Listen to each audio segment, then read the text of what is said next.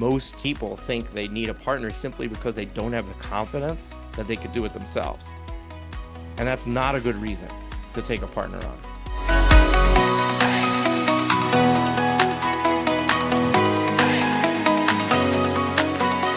Well, hello and welcome to another guest interview here on the Profit with Law podcast. I'm your host, Moshe Amsel, and today I'm super excited for my guest. This is somebody that I have been watching from the sidelines for a number of years as he grew his firm. Now he's taken a new trajectory in life and started something new. And I thought this was the best time to really lasso him in and say, hey, let's get on the show. Let's have a conversation. So I reached out and we made it work somehow, some way. You may know him from social. You may know him from a book well known as Tiger Tactics, CEO edition, or maybe even the edition before that. I'm not sure if he was involved in writing it.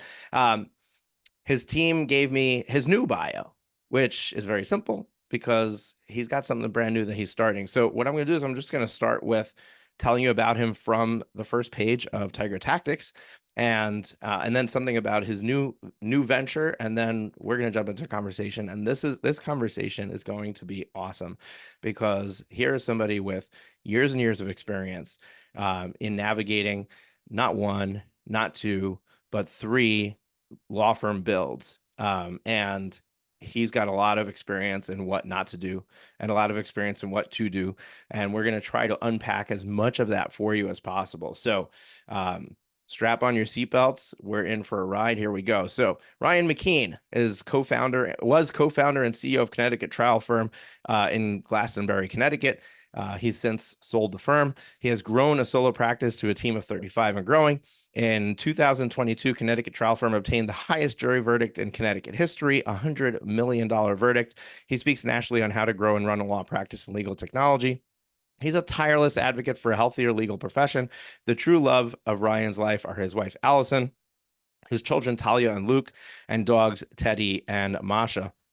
And I might add that Allison has been working in the business with him, which is, I think, a really cool piece of and nugget to his story, because it would be my dream if my wife worked in the business with me, but she knows better.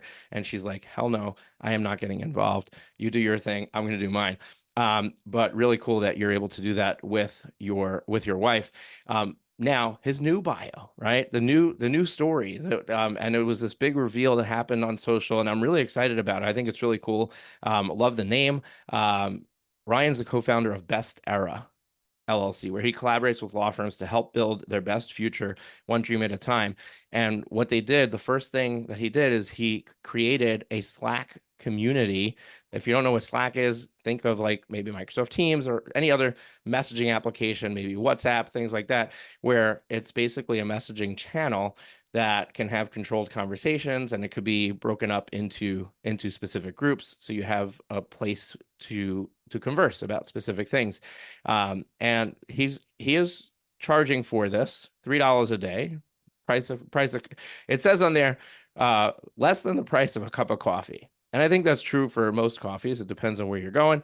But really, I think what's really cool is that he's assembling just a community of peers. It's not like you have to get into a multi-$1,000 coaching program, and you have access to a think tank of peers who are navigating the same challenges as you or have been there ahead of you.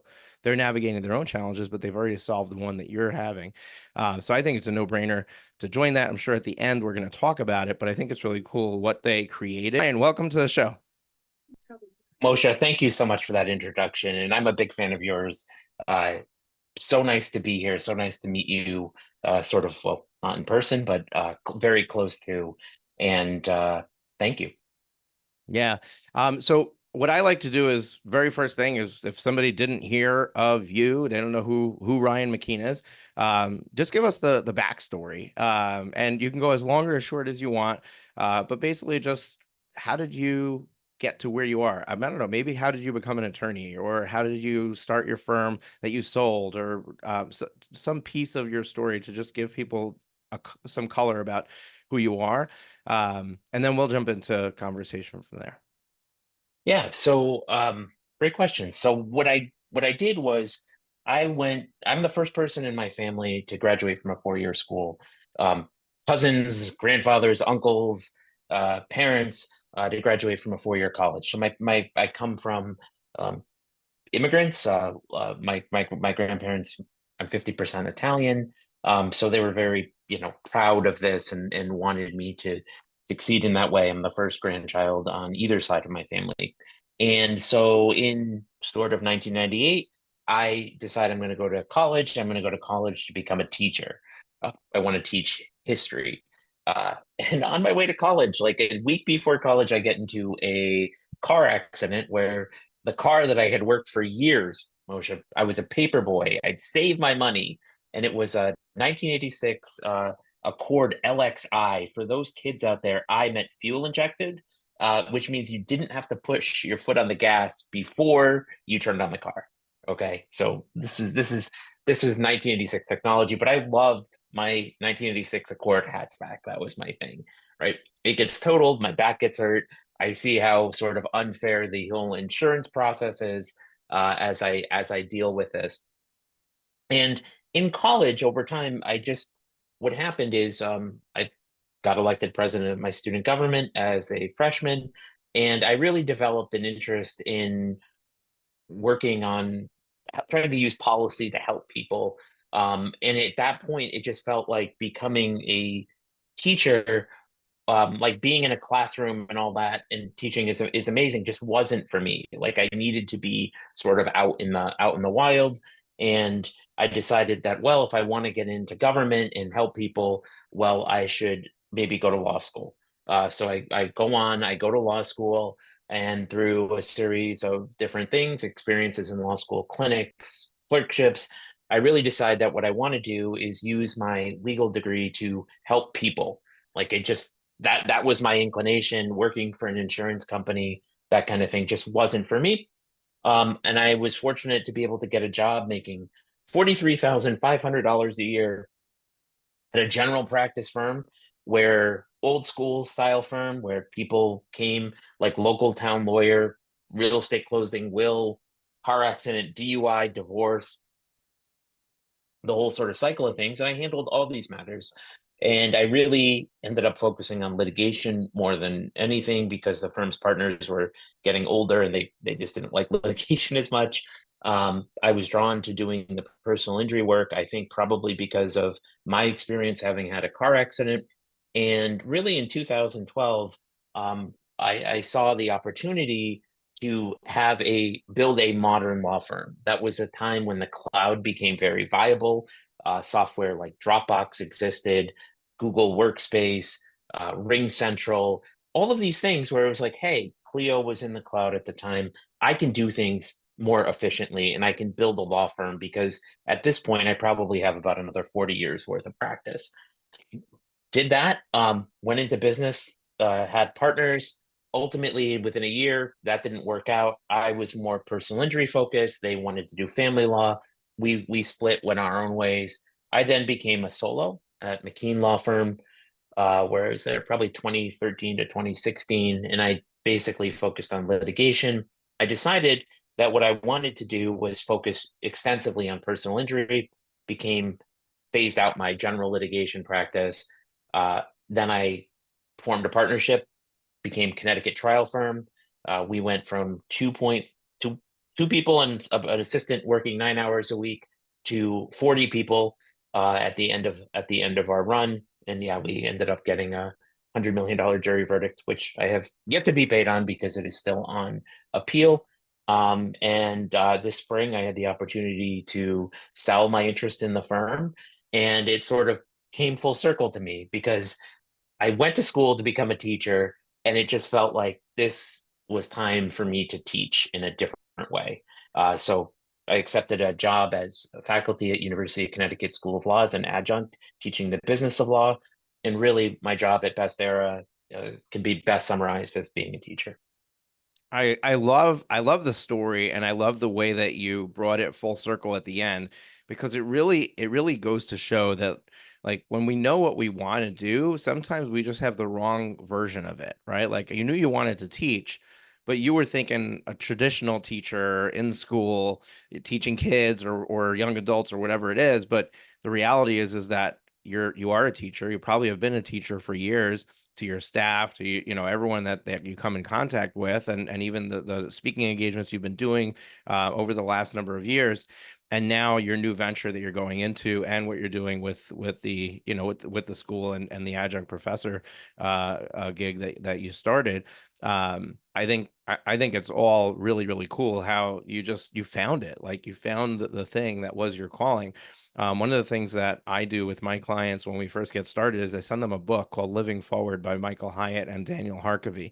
It's a really small book, an easy read. The problem is it takes a long time to go through it because they actually have you do exercises. But the purpose of the book is to basically create your life plan. So we all know that a business will probably succeed faster and better if you have a plan for it. Our lives are the same way. And I encourage all of our listeners to go pick up that book and go through it, because it really makes you think about what you want to do. And sometimes I have attorneys who come and they should not be running a law firm. They should not be practicing law. Like, they got into it for the wrong reasons, and it's really not lighting them up, making them excited and happy. Go find the thing that's going to make you happy. It's not going to be what you're doing now. And then sometimes it's exactly what they want to be doing, and they shouldn't be a business owner. They should just go and be the best damn attorney they can be. And then sometimes they're an entrepreneur, they're a business owner at heart, and that's what they should be focusing on. And they should probably let somebody else be the attorney. So really interesting to see everyone's story as it comes out, and yours specifically, as we're talking about it, because you probably wouldn't have been able to predict where you are today 20 years ago, when you started this journey. And I related to your story about your first car, because based on the dates you're giving for when you went to school, we're probably the same age. My first car was an 81 Buick Regal, two doors, blue. Um, and yeah, that car was was very, very interesting, to say the least. But um, we all remember our first vehicle, I guess. All right, let's talk about your journey. And I think the first place I want to start is when I look out into, I look at successful law firms, and I look at success as somebody who's built a true engine or business that operates without them. That in your case, we know that we know that the proof is in the pudding, right? You sold it. So there was something to sell. A lot of times there's a business and there really isn't anything to sell, even though there's an operating business. Um, but I look at friends like Seth Price, and now you, and I'm sure I can come up with some more examples. Some of the most rapidly growing firms, or the ones that achieve success fairly quickly, they started as a partnership. But at the same time, so many partnerships fail and are not successful. And when I look at it, I think that when the partnership succeeds, it's usually when each person is bringing a different skill set to the table, or one's an investor and one is the doer, right?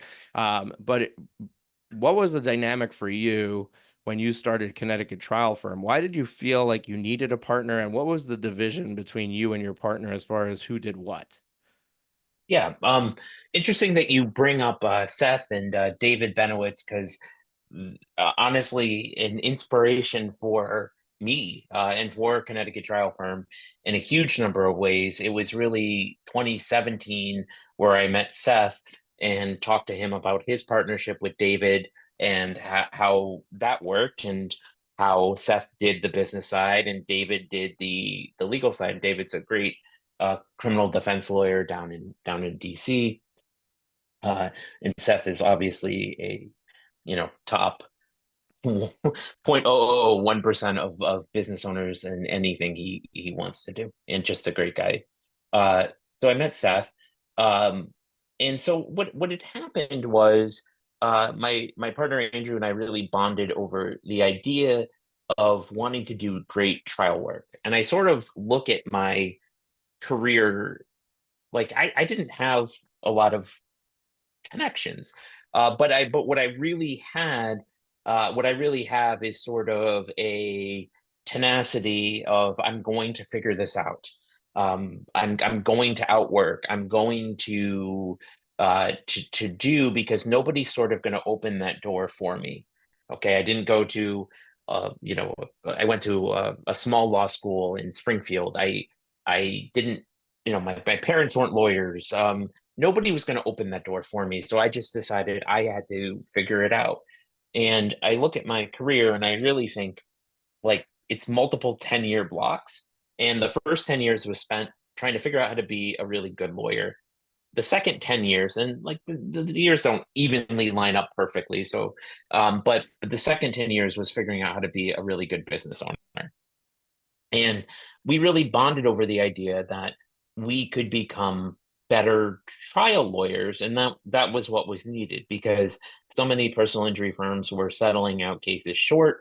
Insurance companies were putting the screws. When I first started practice, you could send over meds and you would get 3 times the meds. And that just was not happening anymore.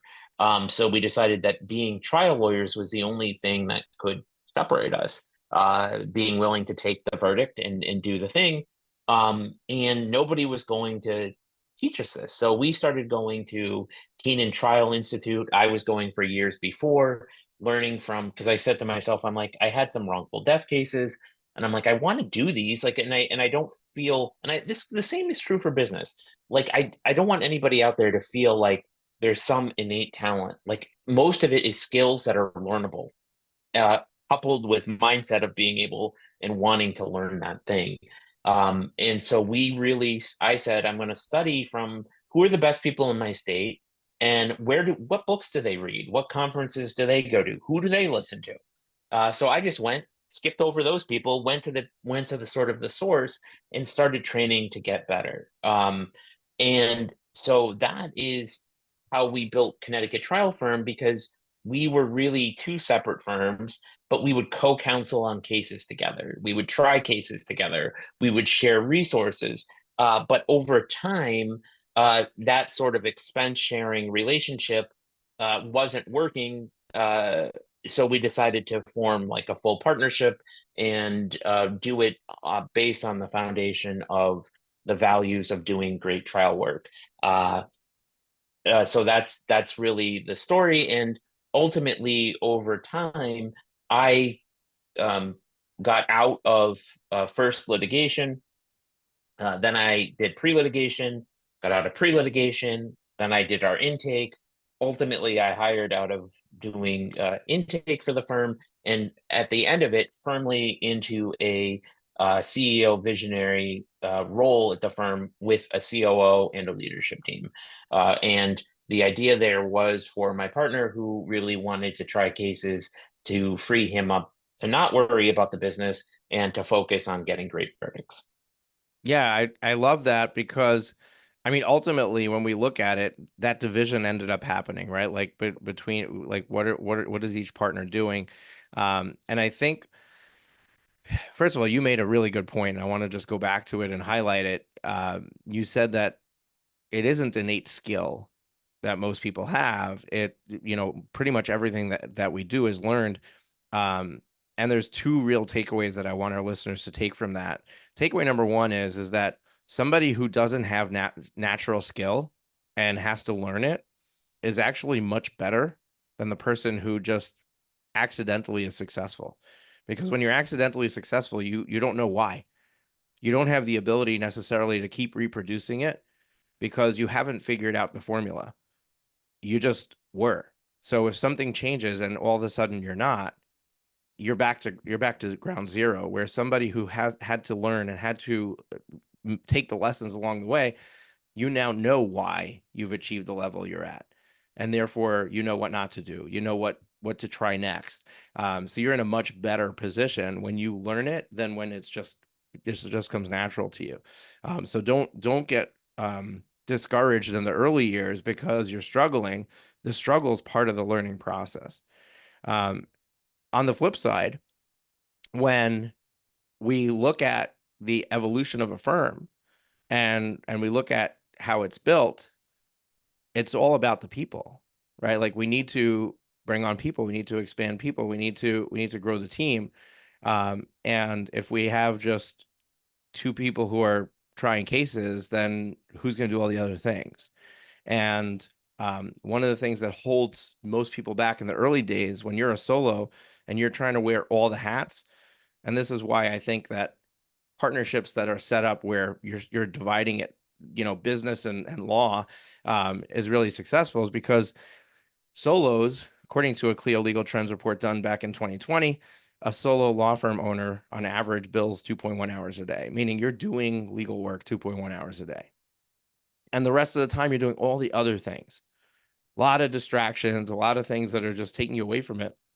But at the end of the day, if you hire an attorney or you have a partner that is doing the legal work, they're spending 6 hours a day doing legal work. They're doing triple the amount that you could do by yourself, which really leaves somebody who's trying to navigate this on their own early on at a huge disadvantage over other people who have grown their firm beyond that or who have that partner. I was telling Ryan in the green room that, before we started, that I'm avidly against partnerships. They have to be done for the right reason. And most people think they need a partner simply because they don't have the confidence that they could do it themselves. And that's not a good reason to take a partner on.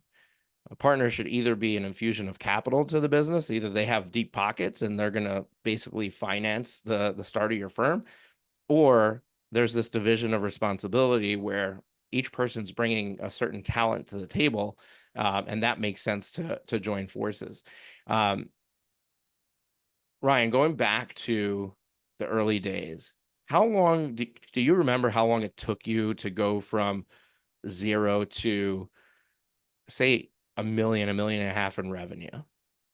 Yeah, that from when I left my firm in 2012, we went to a million, I want to say in 2018, that makes, yes, But 2018. We went to a million in 2018. In let me back up a little bit, mhm. because what happened is, I mean, I worked as a solo, right? And you that Clio Trends report hits.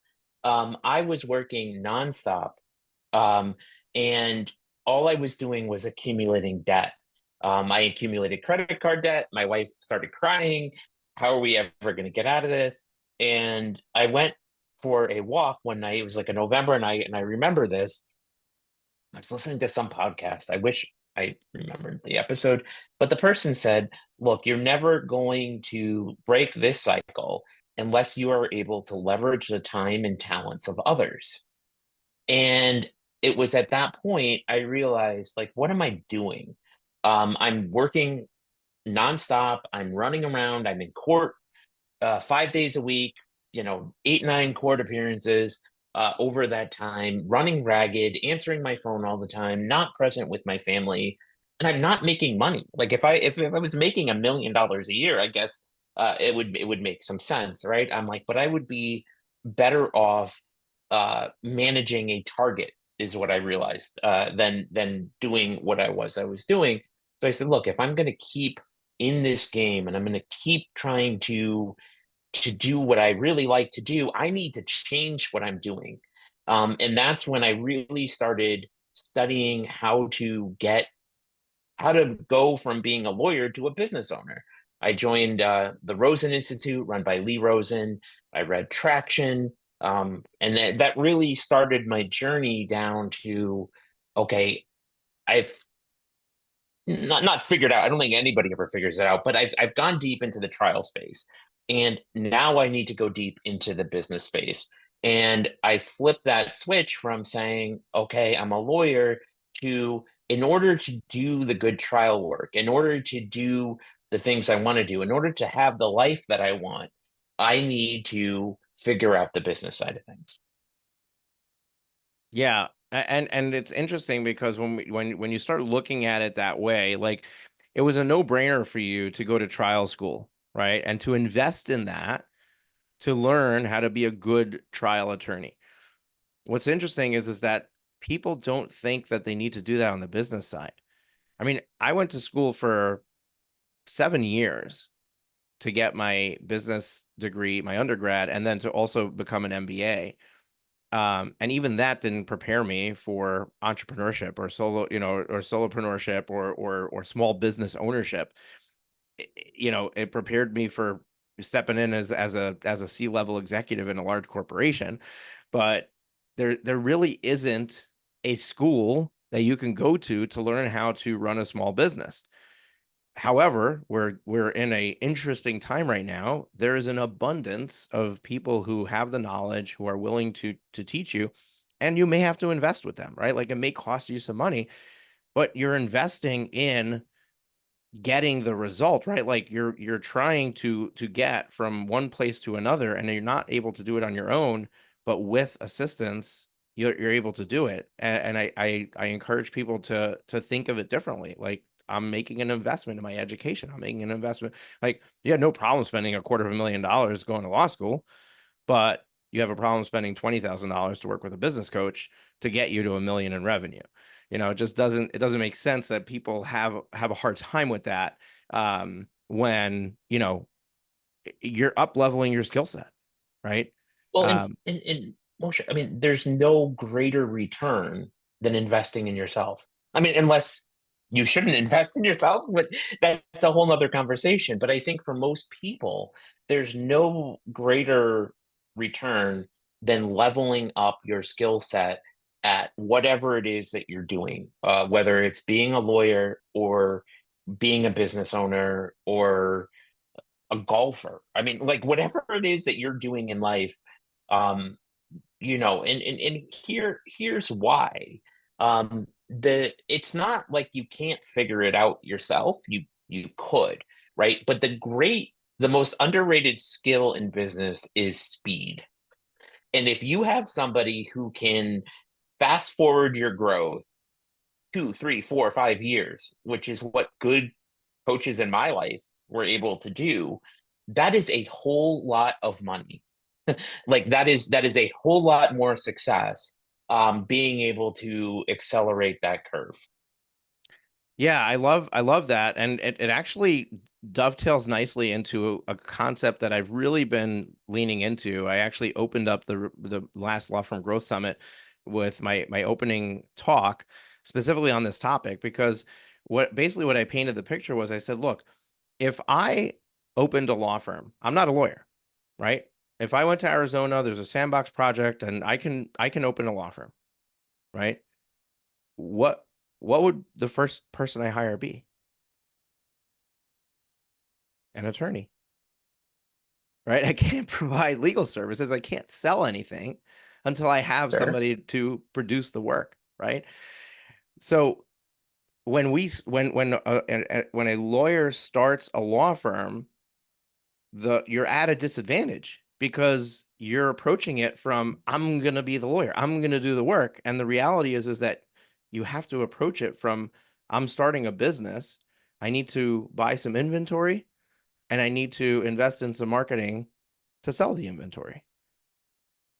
And see, this is where I think lawyers in particular struggle with this very moment that you've touched on, because you come from a business background, and it's very apparent to me when I'm in with a business crowd and talking about business, right? These are people who are entrepreneurs who are looking for opportunity, who do, and I mean the E-Myth touches upon this like a fit of entrepreneurism.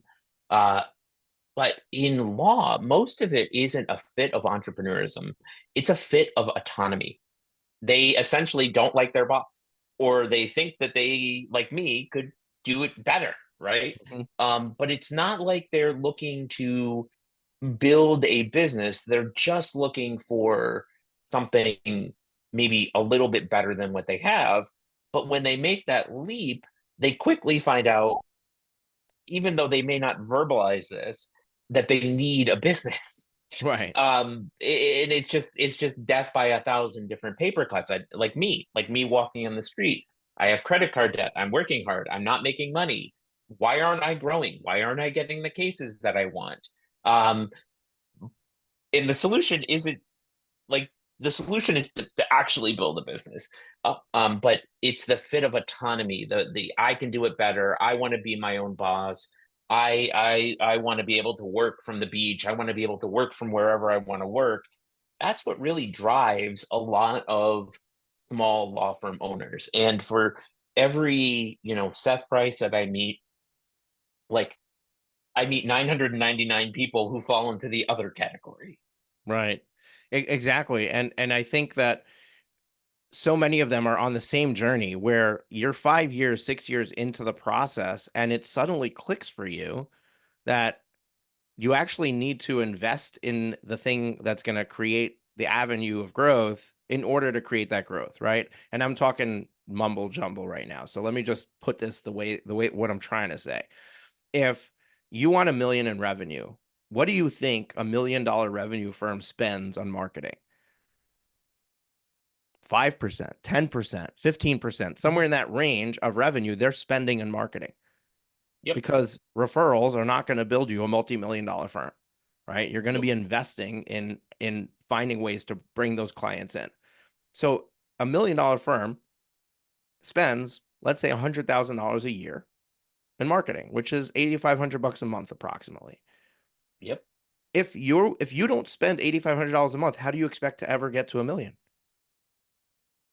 It's the marketing that creates the customers coming in, right? The clients coming in.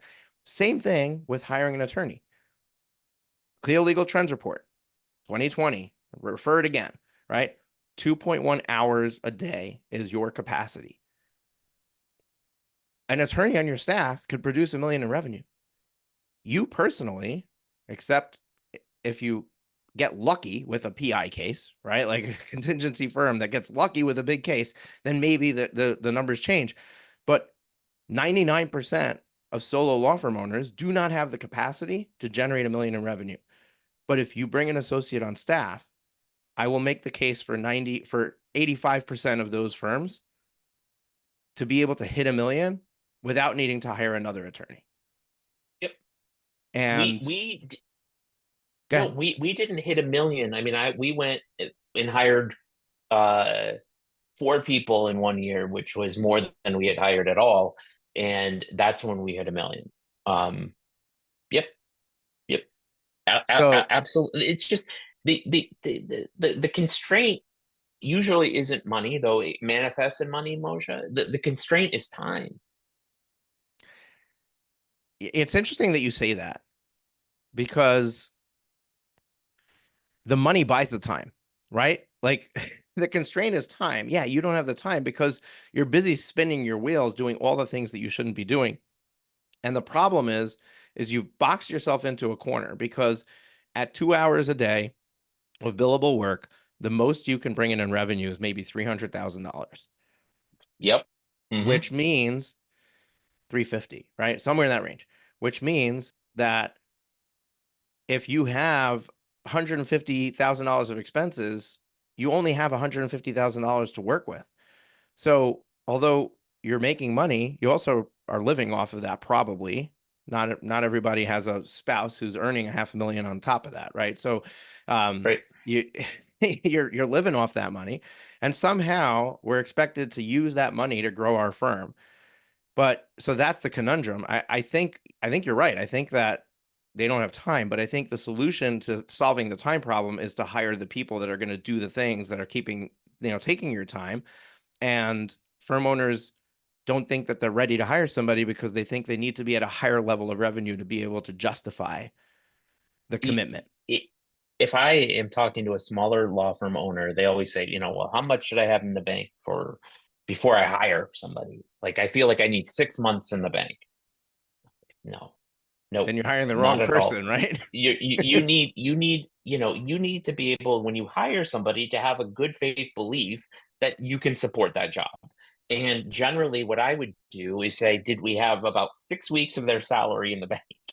Like, can we afford 6 weeks, right? And then what I'm going to do is I'm going to stack them with projects that I feel like are on the, in the NFL, for football fans out there, you're on the goal line. It's like, hey, if we can get this lean letter, we're going to get in the end zone and we're going to get a $20,000 fee. So I'm going to stack up 5 or 6 projects for them that are, we're a few phone calls away, right? And I'm going to give it to them. And then I'm going to be revenue positive very quickly. And every time I did that, I mean, we never laid anybody off for for for money. In fact, we just kept growing. We never laid anybody off ever. I don't think. No, we never did, even during COVID. But it's like that's what you need. And look, I grew up middle class, grew up in very middle class suburb. And really the mindset switch is that, right, when you're in that world, like my parents spent money, a dollar they spent was a dollar less that they had, right? And wealthier people, what they do is, middle class people trade money for time. Wealthier people trade time for money. Or do I have that reverse, Moshe? Um, No, Middle class people wealthier people trade money for for time. time. And Yep. so they're the ones who are yeah, you're paying, a landscaper to do your landscaping because you're able to be on a podcast, or you're able to create a product or work a file that is in fact more profitable for you. So that's the mindset switch. It's so funny because we're doing like a major project in the backyard. So that literally my landscaper is back there as we're recording this podcast. And the analogy is right home. But I I'm wondering what is the solution. And I'm wondering if you have any theories on this, because we threw out, like, you and I know what the end result is, right? Like we know what a successful firm looks like, and we know what it takes to get there. It takes putting people in place, spending money on marketing, and getting those clients served, and then focusing on efficiency within that process, and focusing on a good customer service, and a good experience. But the how to get there is the part that people are hung up on. And we talked about 3 challenges that firm owners have. Challenge number 1 is just shifting their mindset of who they are, like their identity. Like, you need to become the business owner. As long as you think of yourself as the attorney, it's not going to work, right? Like, you're never going to solve this problem if you don't see yourself as a business owner. Problem number 2 is you're too busy, you don't have the time, or you feel like you don't have the time. So you're kind of stuck. It's almost like one of those puzzles where you have only one square open and you have to move the squares around, and you can't figure out how to move the squares in a way that you end up with a picture. And then the third is the financial side of it, right? Like, you feel like you don't have the money, or maybe you don't have the money to be able to invest in yourself in that way. Ryan, knowing what you know now, how do you think we can lead the legal industry to a solution that's as quick as possible? Like, what do you think the steps are for somebody who's listening to say, hey, you've got to go through this in order to make this work? That's a great question. And here's my answer to it. One of which is growth is a choice. How big your law firm is largely a choice. Like, look, and I mean, look, you can be so big in a market that you can't get bigger, right? But for most all law firm owners out there, like, they never cap out. Like, even John Morgan, I don't think has capped out as to how big he can be. So I think the size of your firm is a choice. And the reason I start there is because once you take ownership of that, that's when you can start deconstructing it. It's not like John Morgan didn't become what he is. Connecticut Trial Firm didn't become what it was without it being a choice, without saying, okay, I'm the one walking, I'm making, $250,000 a year. The government's taking half of it. I'm, short on money and all this stuff, to growing a firm to being, I think we were like 1,043 on the Inc. 5,000 last year. That was a whole lot of choice. So one, accept that it's a choice, accept that your size, your situation is your choice. Because so many law firm owners are put in reactive mode. They're just reacting to what's going on. Oh my gosh, I don't have enough cases. I'm going to do AdWords. I have too much cases. I'm going to hire somebody, right? And that's not how most businesses work. So, one is it's a choice. Two of which is traction refers to this as vision. Our team at Best Era is doing an operating system for law firms. We call vision is a tough concept for a lot of lawyers, and thinking 10 years out is a tough thing for them. So we call it like a destination. Where do you want to go? Where do you want to be in 5 years? And like, let's get very clear on what it is that you want. And then let's be intentional. Once we know, I look at it like planning a trip, right? So if you want to go to Iceland to see the Northern Lights, okay, well, you've narrowed down to where you want to go. Then you can start saying, well, what is Iceland like in February? Oh, it's cold. I need parkas and I need rain gear and I need different boots and I need to book an Iceland Air flight. And what is there to do in Iceland in the winter? And you can start working backwards. So it's really important to aim where you want to go and then work backwards. And I'm going to say, and I'm not going to get all woo woo because I think it's actually just very technical, but there's something to writing down what it is that you want, whether some people will refer to it as manifestation, but writing that down and being clear. And when we started Connecticut Trial Firm, we didn't have cases worth $100,000. And our big audacious goal, big hairy audacious goal in traction terms, was to become the best trial firm in Connecticut. And when we looked at that, we said, well, look, it's got to be a SMART goal. You don't know if you're going to reach best trial firm. We said, if we can get a $10 million jury verdict in 10 years, we're going to be one of the best firms in the state. We're going to have claim to that, right? And 5 months later, we end up meeting Mikey Cruz, who was paralyzed as a result of horrific corporate negligence, cutting some corners. And that case became our $100 million jury verdict, and that happened in 5 years. But we were really intentional about what we wanted and what kind of firm it is that we wanted to build. So those are the real, like to the extent that there's magic, ownership one, vision destination two. Yeah, I love that you went there because if you're not intentional, the intention is going to solve the other pieces that we talked about, right? Like if you want to solve the time problem or the money problem or both, right? It's going to happen by being intentional. You don't solve the time problem unless you get really intentional with your time. You don't solve the money problem unless you get really intentional with your money.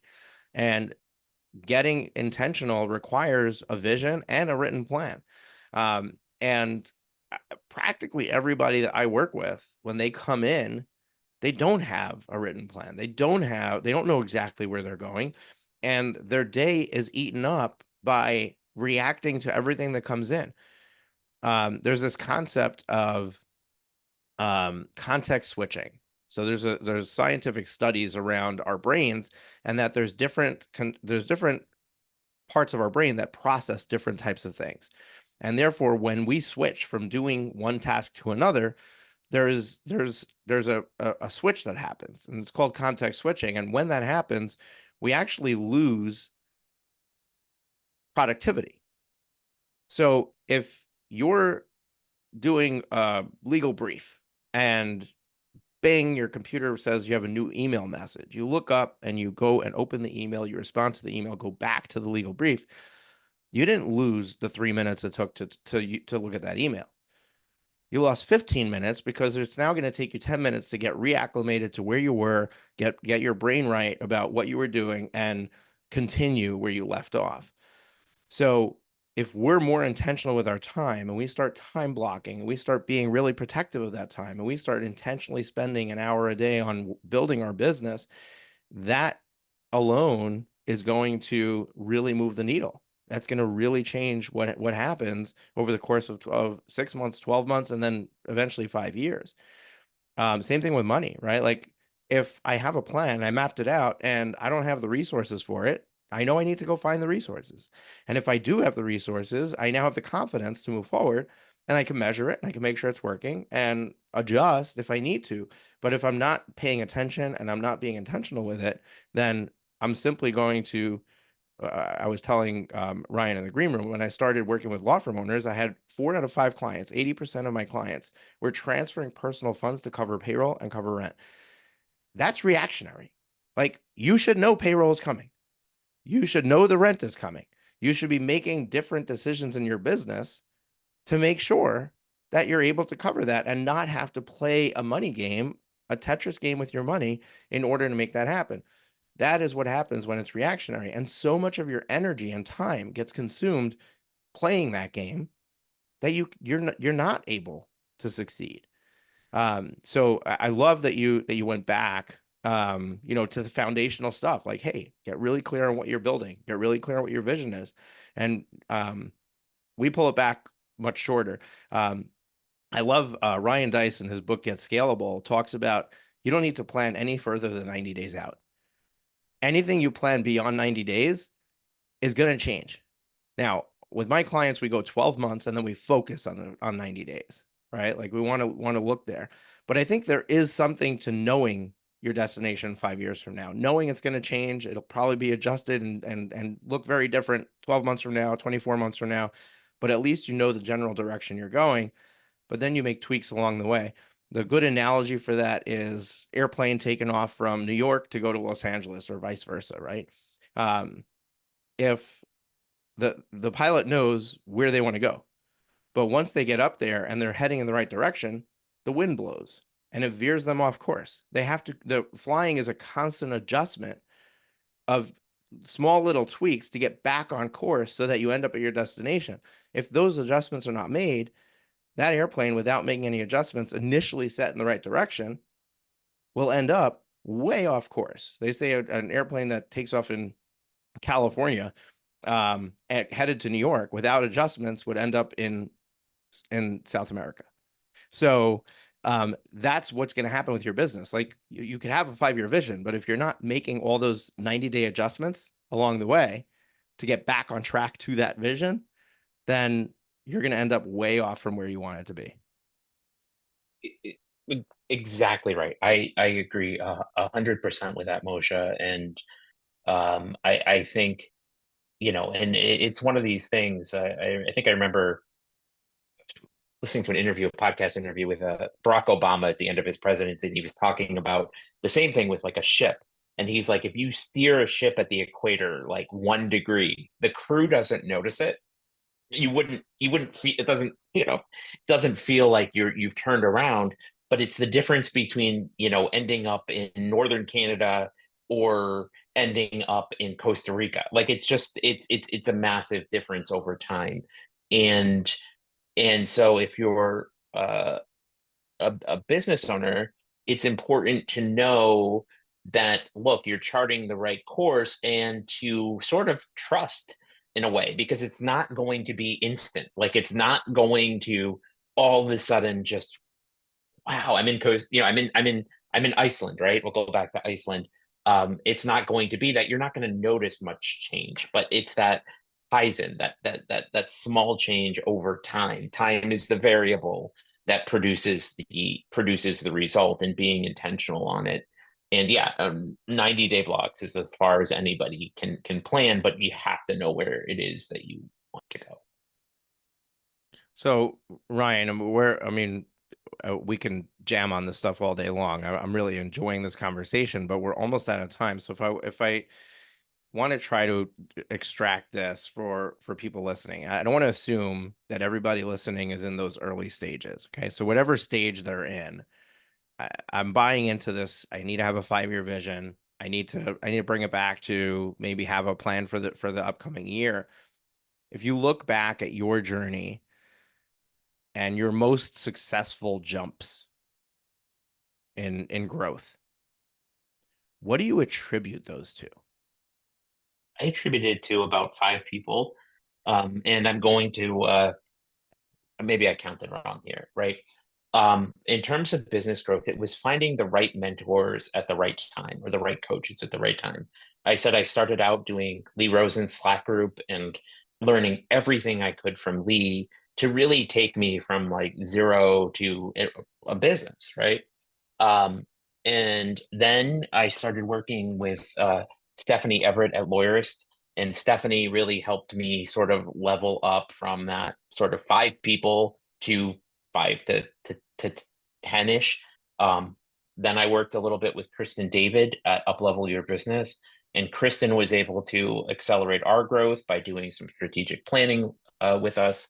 And finally getting to work with John and Kate Nicazel from Fireproof. Because as we hit about 25, boy, that was painful because we had to go from sort of a small business to an actual company. That's Mm. when we needed our middle management, our director level people. That's when we needed to change our reporting structures. That's when we needed to elevate me to CEO, bring in a actual, person who had an MBA from University of Virginia, 20 plus years business experience to be our COO and change those structures. So I would say finding the right coach, mentor, consultant, whatever it is, at the right phase in your growth for what it is that you need was incredibly useful. I love that you share that because every coach or every organization that helps businesses grow has pretty good clarity on who they serve best. But in the sales process, they're not necessarily doing the best job filtering to make sure that the person coming in is the perfect fit for them. If you're willing to join and you feel like you're ready, then come on in is really what happens. So being aware of Ryan's response and recognizing that there isn't one, you're not selecting one place, one coach, one place to learn, one you're looking to find the right solution for you right now at the juncture you're at to solve your immediate next problem, and then you can reevaluate. For example, I have an elite coaching program. I'm very clear. What we do is we help maxed out solos grow to 1 to 2 million, right? Like that's in the elite program. That's who fits it. Once you get to 1 to 2 million, you've outgrown the group. Like we're supporting you on that journey. And the next step, I mean, we do fractional CFO services where we work in your firm, but from a coaching perspective, that's the end of the line. That's where, I've started and built what I have. And I'm very clear about that. But there are still people who are not maxed out solos who come into the group. They have to do some catching up to be there. But perhaps there is something that they should be doing before that so that they're entering at the right juncture. Um, but evaluate the program that you're going into and just ask them, who is the ideal client for your program? And I want to make sure that I fit. I don't want you to just tell me, yes, yes, you're the right fit. I want you to tell me what the criteria is. Like, well, like who do you get the best results for so that I know I'm in the right room? And I think that that's a really powerful question to ask in these conversations when you're evaluating who you're going to work with next. Um, and I think when we're talking about having a mentor, it has to be somebody that you look up to, that you resonate with, that you connect with. There's a reason that most of the people who come into my world are very family oriented.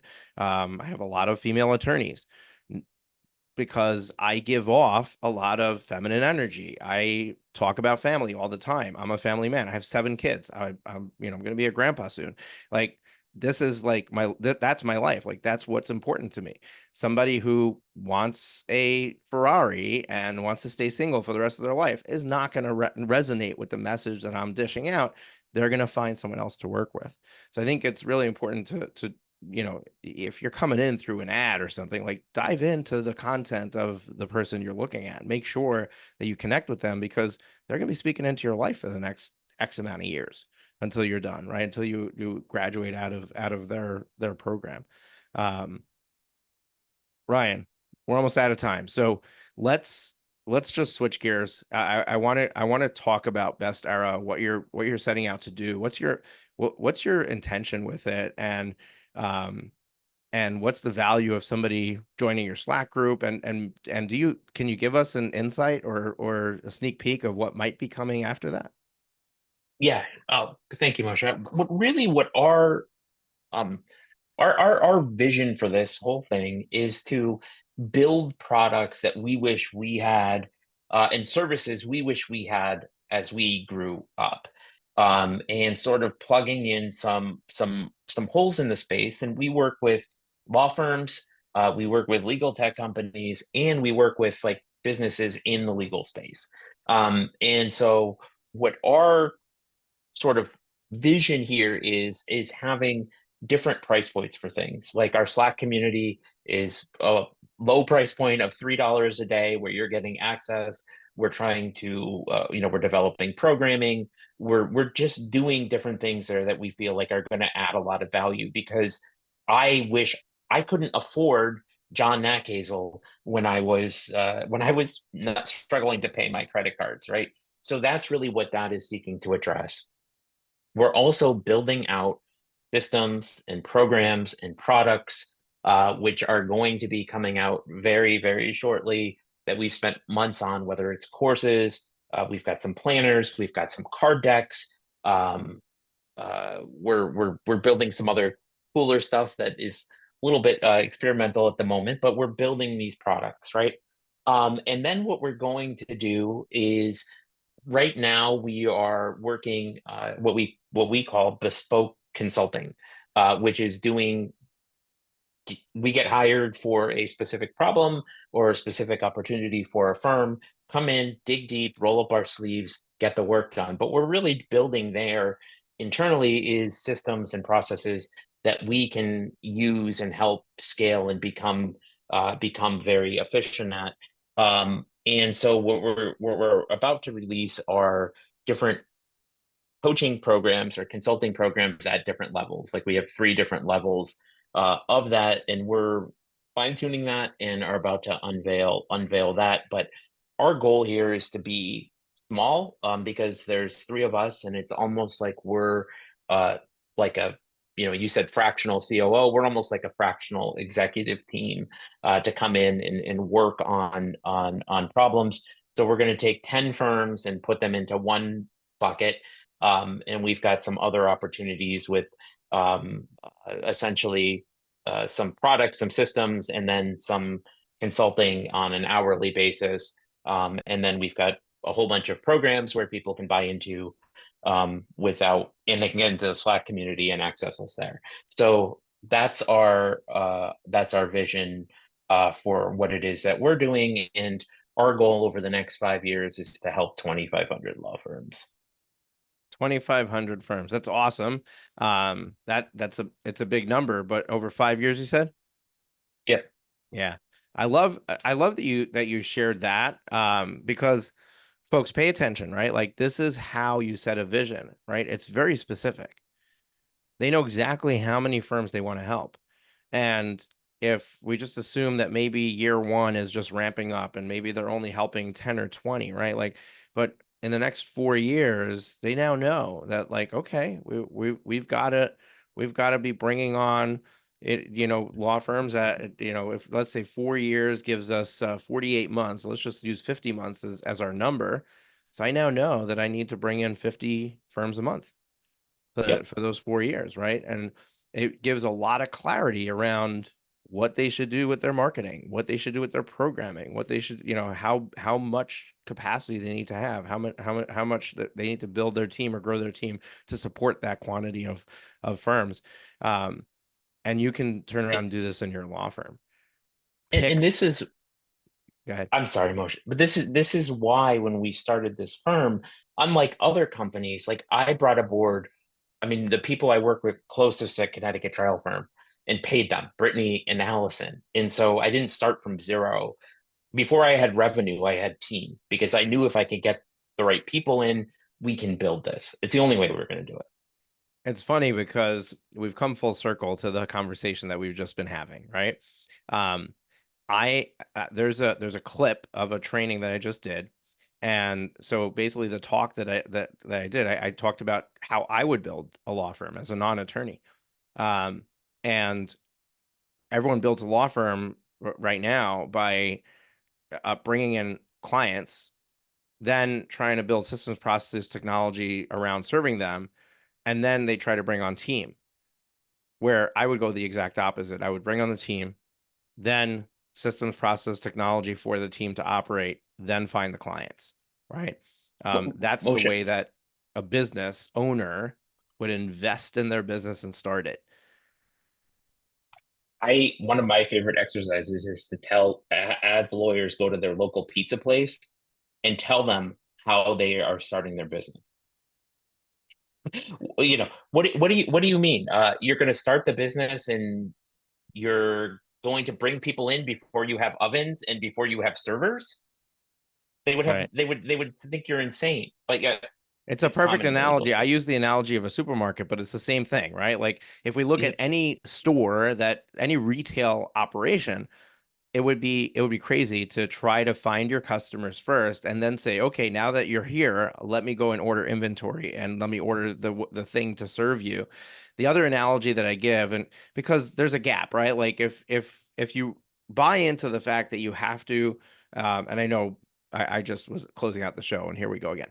But if you buy into the fact that you need to build capacity first, right? Like you need to bring team on and then fill that capacity, then we're back to that financial conundrum, right? And that's the place that I struggled with my clients for the first 3 years of my coaching program because they were getting small results. They were not getting the big swings because they weren't willing to bring that attorney on. So they were hiring international VAs, like they were doing the things to make them a little bit more productive when the thing that's going to move the needle is bringing in somebody to replace you doing the legal work, right?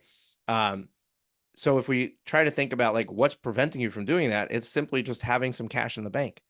So go borrow it. I know Ryan Yep, talked about having credit card debt and whatever, but he was amassing that debt through bad business operation, yep. right? There's nothing wrong with taking on debt that's going to grow the next phase of your firm that you're then going to be able to accelerate and pay off very quickly because you just unlocked a new level in your business. So, and the analogy I give here is a 7-Eleven. Everyone knows what a 7-Eleven is. A 7-Eleven costs somewhere between 750,000 and 1.2 million to open between fabricating the space, filling the shelves, hiring the people, getting started, right? The owner probably doesn't have 750 to 1.25 million in the bank when they open it. Usually they spend about 20% of their own money and the rest they borrow. So essentially they're willing to borrow $1 million to open a 7-Eleven. Whoa, that's a lot of risk, right? Well, until I tell you that the average 7-Eleven has a net profit every year of 1.25 million. Would you be willing to borrow $1 million to generate 1.25 million every year for the next 50 years? We all would say yes, right? And it wouldn't matter what the interest rate was because we recognize that even if it was 50% interest rate, we could pay it back in 2 years. If it's less, it's even faster, right? Like just live on the way I'm living right now. Don't make believe I'm making $1 million and pay that off. But our law firm, where I need $100,000 in the bank to be confident to be able to hire an attorney and a paralegal, and some of those support staff, and then spend a little bit of money on marketing and get that wheel moving to generate 400,000 or 500,000 in profit the next year. We're not willing to do that. So we have to really start to recognize what does a business owner look like and start making decisions from there. And I love that you talked about how you're starting with Best Era because you put the team in place. And now we're going to find the people. And the first thing I did, which is unlike my other firms, is I went to the bank and I got a $50,000 line of credit, and I called up Chase and I got a no interest business credit card that has a $27,500 limit on it.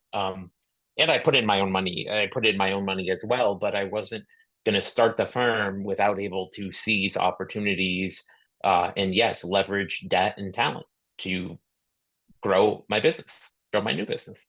Yeah. As I even changed our coaching program. I created a version of it called Elite Fast Track where we help law firm owners navigate the financial system to get that lined up. Exactly what you just did, a business line of credit, 0% credit card, stuff like that, so that you have that runway.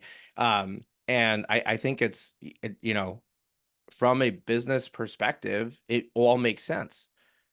From a attorney perspective, all it looks like is risk. And we have to decouple what is the real risk. And I'm gonna finish with this, and I want to close out. I'll bring you back on. Um, in this talk that I did, I basically put side by side how most attorneys build their firm, and if you built your firm this way. And all I did is in the two scenarios is I said, whenever we make more money in the second scenario, we're going to invest that in the stock market. And I did a 20-year comparison. Now there's a lot of assumptions in there, but they're good assumptions. And anybody who looks at it would be able to identify and say, this is pretty close to reality based on my experience, right? In the first version, the way most people grow their firms in 20 years, if they continue to rinse and repeat and recycle what they're doing, they would eventually have amassed $12 million in profit over 20 years.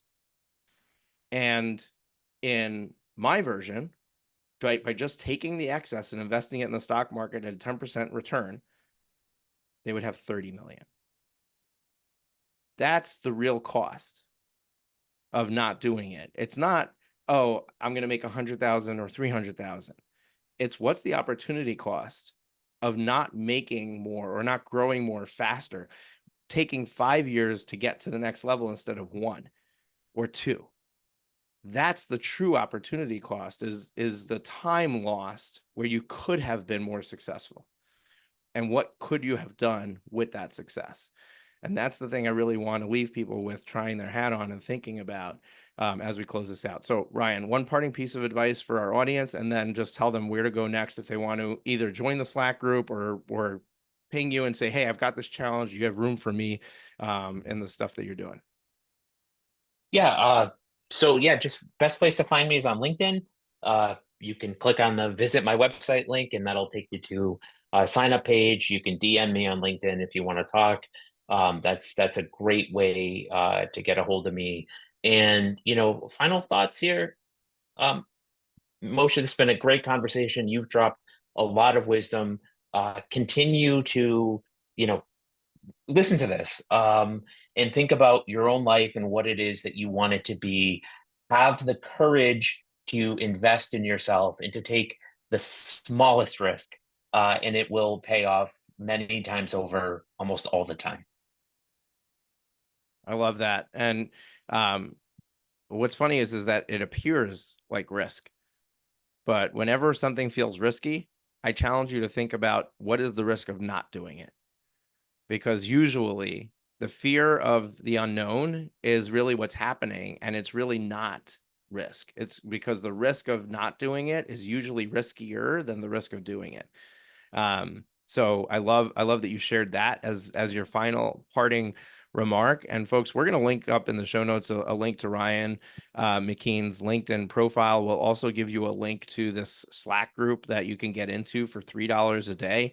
I love that's being built, and I want to see a ton of people in there because the larger the community, the more effective it is, right? Like the more people that are in there, the better you're all going to gain from it. I have nothing to gain from it. I'm not gonna, it's not like I'm going to make $1 off of each person that goes in. I just believe in Ryan. I believe in what he's doing. And I believe in just overall helping the community. Doesn't matter where you're going for the help.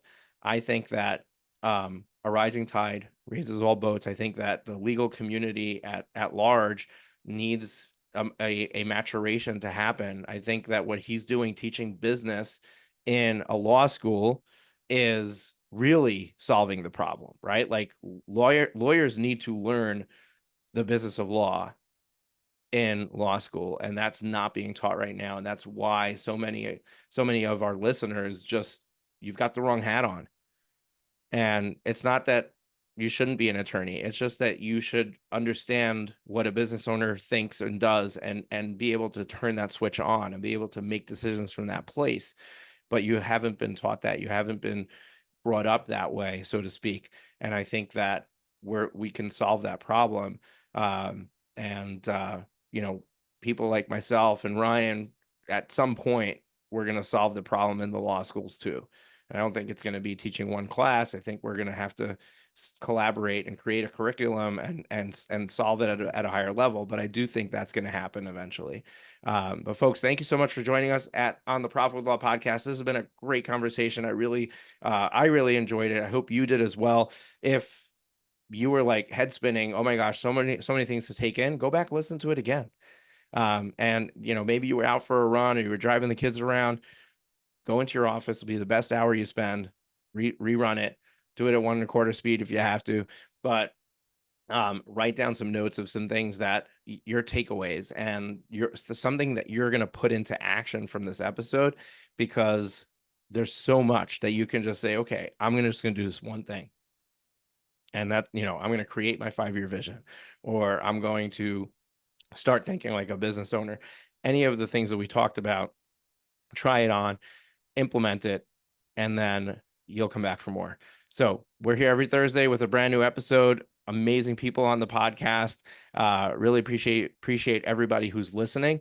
If you're not subscribed to the show, we'd love it if you hit that subscribe button so you get notified every time we release a new episode. And if you're watching this on YouTube, awesome. Make sure you're subscribed. And if you're not, check out our YouTube channel, profitwithlaw.com/YouTube. And we would love to have you as a subscriber there as well. So hit the subscribe button so you get notified every time we release something new. What's cool on YouTube is my team is coming in here and they're going to take snippets of this show, snippets of every show. We have a ton of shorts and reels that we're doing on YouTube that just give you a quick dose of something really valuable, extracted from a longer conversation like this. I also have a bunch of content that we recorded specifically for YouTube that's on the channel. So I invite you to just check it out. There's a lot there that you can unpack and that can really help you with growing your firm. Ryan, thank you for being here. Take care, folks. We'll see you next week.